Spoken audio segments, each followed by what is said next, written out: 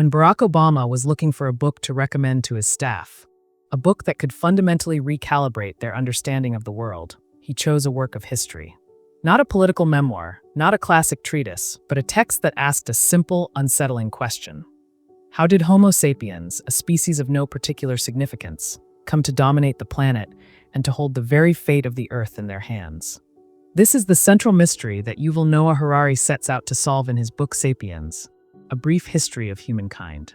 It is a relentless, panoramic journey across 70,000 years, shattering every comforting myth we tell ourselves about progress and destiny. We are not here to read a textbook. Rather, we are here to unlock the single, terrifying secret behind humanity's ascent.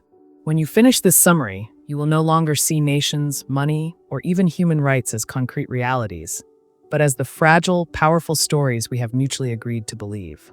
This is the truth that underpins modern life, and it's far more cinematic than you ever imagined. The foundational principle.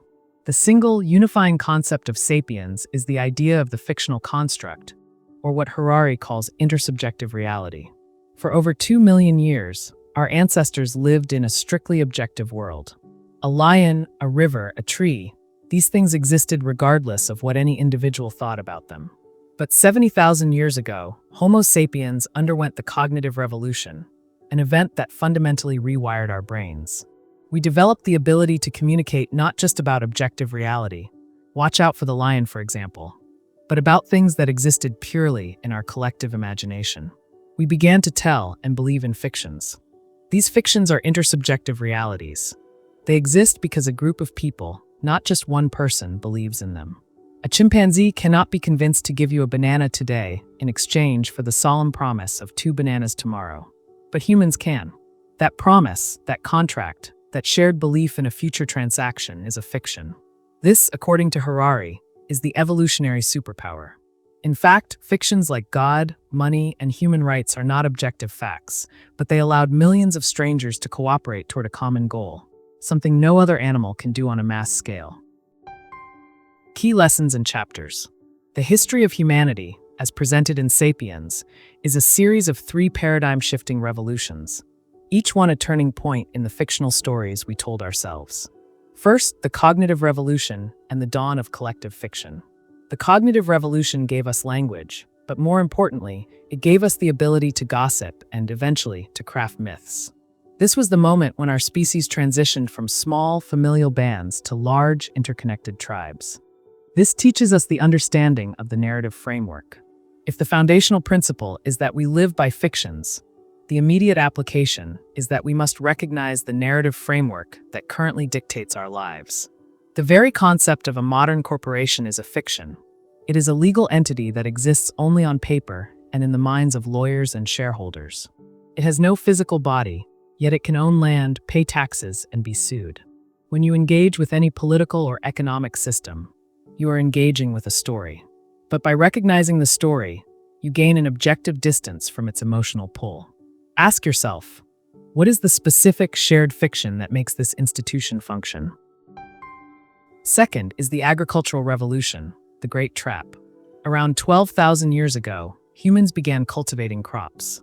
We often call this progress, but Harari calls it history's biggest fraud. Harari suggests that we did not domesticate wheat, wheat domesticated us. Hunter-gatherers had diverse diets and more leisure time. Farmers, chained to their fields, worked harder, suffered worse health, and became susceptible to famine if a single crop failed. Yet the population exploded because farming supported more people, even if it supported them worse. The revolution was not a leap toward a better life, but a shift toward a survival mechanism that favored the species spread over the individual's well-being. This teaches us to question the cost of progress. The lesson here is profound. Progress and individual happiness are not synonymous. The pursuit of economic growth, the constant technological upgrade, these are the modern wheat. They promise efficiency and abundance, but often deliver dependence, stress, and a narrowing focus on a few metrics of success. And to practice this before committing to a new technology, a new job, or a new system, you must ask yourself, is this genuinely improving my quality of life, or is it simply an efficient way to increase the system's output at my personal expense? Third is the unification of humankind, the 3 great fictions. Following the agricultural revolution, three great forces arose to stitch together disparate groups into a single global network. These were money, empires, and universal religions. Money is the ultimate intersubjective reality. A dollar bill has no intrinsic value, but our universal belief in it allows a farmer in Iowa and a merchant in Beijing to trade goods seamlessly. It is the most tolerant system ever invented, transcending language, gender, and religion. Empires forced cultural diversity into a unified political framework, spreading technology and ideas, often brutally, but resulting in a globally shared heritage. And universal religions like Buddhism, Christianity, and Islam created a shared moral framework, allowing people who had never met to believe in the same set of divine laws and ethical obligations. This teaches us the power of universal trust. The power of these three unifiers, money, empire, and religion, is the power of universal trust. They provided a mechanism for large-scale, flexible cooperation. The modern lesson is to look at the powerful unifying forces in the 21st century: science and capitalism. These are the dominant religions of our age. Capitalism, in particular, is a set of fictions built on the story of future growth and investment. To understand the modern world, you must understand the creed of the current system. Trust that the next day will be better, and invest your present resources on that faith. Synthesis and critique. Sapiens acts as a potent, historical mirror to modern spiritual and philosophical traditions. The Buddhist concept of no self, the idea that the self is an illusion, echoes Harari's critique of the human condition. Just as our concepts of money and nations are fictions, perhaps our own internal narrative of a solid, unchanging self is the most persistent fiction of all. However, a key misunderstanding of the book must be addressed. Harari is not suggesting that because these concepts are fictions, they are automatically bad.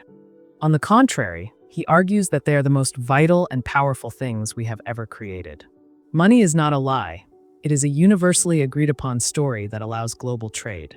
The danger lies not in creating the fictions, but in forgetting that they are fictional, leading to dogmatism, conflict, and a loss of perspective. The book compels us to recognize the stories we live by, to critique them, and to ask if they are still serving the well-being of the planet and the individuals on it. My takeaways from this book. The ultimate revelation of Sapiens is that the one thing that has never changed is our dependence on stories. From the earliest shaman drawing on a cave wall to the complex algorithms dictating the modern stock market, humanity is a web of shared narratives. Your most valuable action, therefore, is to become a discerning reader of reality. Look at the political turmoil, the market volatility, and the cultural conflicts in your own life. Do not view them as objective necessities, but as stories that are fraying at the edges. Once you see the underlying narrative structure, the fiction of the border, the fiction of the debt ceiling, the fiction of a brand's inherent value, you gain the power to question it, to reshape it, and even to help write a new, more beneficial chapter for the human story. This journey through 70,000 years has revealed the deep, subtle mechanics of human power, the shared stories that built our world. If this exploration into the hidden origins of our reality resonated with you, and if you seek to understand the powerful, unseen forces that shape your life, then consider this your formal invitation. Please subscribe to the channel, ring the notification bell, and ensure you don't miss the next chapter in our quest for authentic understanding.